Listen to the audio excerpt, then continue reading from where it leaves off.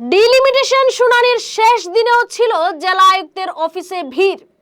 কারণ এই প্রক্রিয়ায় জেলার প্রতিটি জিপির ভৌগোলিক অবস্থান পাল্টে যাচ্ছে। যে খসড়া প্রকাশ হয়েছে তাতে দেখা গেছে এক জিপির মানুষ এখন অন্য জিপির বাসিন্দা, কোথাও আবার জিপি এবং জেলা পরিষদের নাম পাল্টে দেওয়া হচ্ছে। এই প্রক্রিয়ার বিরুদ্ধে বিভিন্ন রাজনৈতিক এবং অরাজনৈতিক সংগঠন দাবি ও আপত্তি জানিয়েছে। আজ ছিল শুনানির শেষ দিন, তাই জেলা শাসক কার্যালয়ে আজ বিভিন্ন দল সংগঠনের লোকেদের ভিড় জমে প্রত্যেকেই তাদের মতামত জানাতে এসেছেন। আমরা আজকে যে মেমোরেন্ডাম দিছিলাম, এই মেমোরেন্ডাম আজকে হিয়ারিং হয়েছে। আমরা শুনিয়া এখন পর্যন্ত যেগুলা লিস্ট আগে তৈরি হয়েছিল, অর্থাৎ আমরা বিলাসপুর জিপির পক্ষ থেকে আমি কই আর জেনারেশন প্লাস ফাউন্ডেশনের প্রেসিডেন্ট, আমি আমারও সেক্রেটারি জেনারেশন প্লাস ফাউন্ডেশনের। আমরা যেগুলা আমরা এডিসি সাহেবরে এবং এখানেও যারা আধিকারিক আছে তার সঙ্গে আমরা মত বিনিময় করছি, যার ফলে এখন দেখা যায় যেগুলা সমস্যা সৃষ্টি করছিলা খারা এই লিস্টটা বানাইছে সম্পূর্ণ অবৈধভাবে বানাইছে, যেখানেও কোনো ভৌগোলিক বা জিওগ্রাফিক্যাল কোনো কিছু মেনটেন করা হয়েছে না। একটা এক নদীর তীর থেকে অন্য নদীর তীর পর্যন্ত ন্যাচারাল যেগুলা জিনিস আছে ওটারে পর্যন্ত মানা হয়েছে না।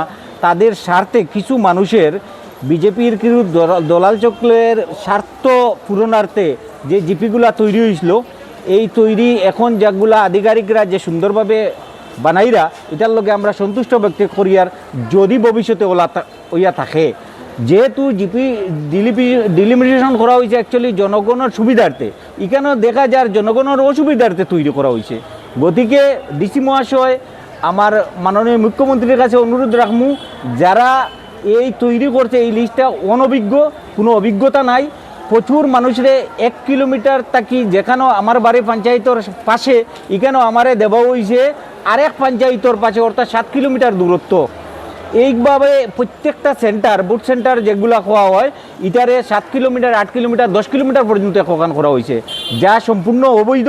এটা মানিয়ে নেওয়া যায় না। যদি এটা কারেকশন না হয়, মানুষের জিওগ্রাফিক্যাল জিনিসগুলো মেনটেন করা না হয়, এক রেভিনিউ ভিলেজ রে ভাঙ্গে আরেক জিপিতে তৈরি করা হয়, যেটা গভর্নমেন্টের গাইডলাইনও মানাওয়ার না। যদি এইরকম হয় না, তাহলে আমরা ঘরে বসিয়ে থাকতাম না, বৃহত্তর আন্দোলন হইব। হাজার হাজার লক্ষ লক্ষ মানুষ লাগে, অসহযোগ আন্দোলন, আইন অমান্য আন্দোলন, যেগুলা করা লাগে ওগুলা করব হয়েছে। এটার আপনার ভৌগোলিক সীমা প্রবলেম সমস্যা না হওয়ার লাগিয়া বর্তমানে আমরা সম্পূর্ণ ওয়ার্ডটারে খানিশাইলের লগে রাখা হয়ে যাও।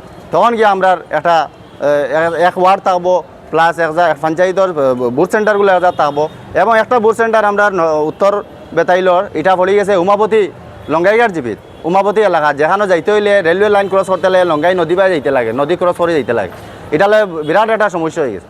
এই সমস্যাটা সমাধান করতে গিয়া অঙ্গনাদি সেন্টার একটা 138 অঙ্গনাদি সেন্টার একটা সাউথ বেতাইল আছে, এই সেন্টার ওই পিএস নাম্বারটা, এই পিএসর সম্পূর্ণ বুথটা যাতে অঙ্গনাদি সেন্টার নতুনভাবে পিএস সেন্টার দেওয়া হয়, এটার লাগে দাবির আছি। আমরা আশ্বাস দিছন বিডিও সাহেবে বা এখানে এডিসি যে আমরা হিয়ারিং করছেন, তাই আশ্বাস দিছন যে এটা হইব। এটার লাগে আমি এই সম্পূর্ণ আশায়িত হইয়া আমরা তারা এই সরকারি কর্মচারী যারা আমরা সুন্দরভাবে বুঝাইছে এরা ধন্যবাদ দিয়ার।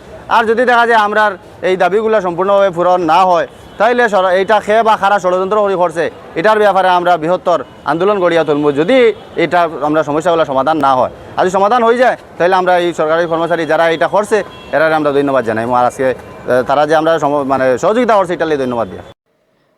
করিমগঞ্জ থেকে সুস্মিতা দাসের প্রতিবেদন, গণ আওয়াজ।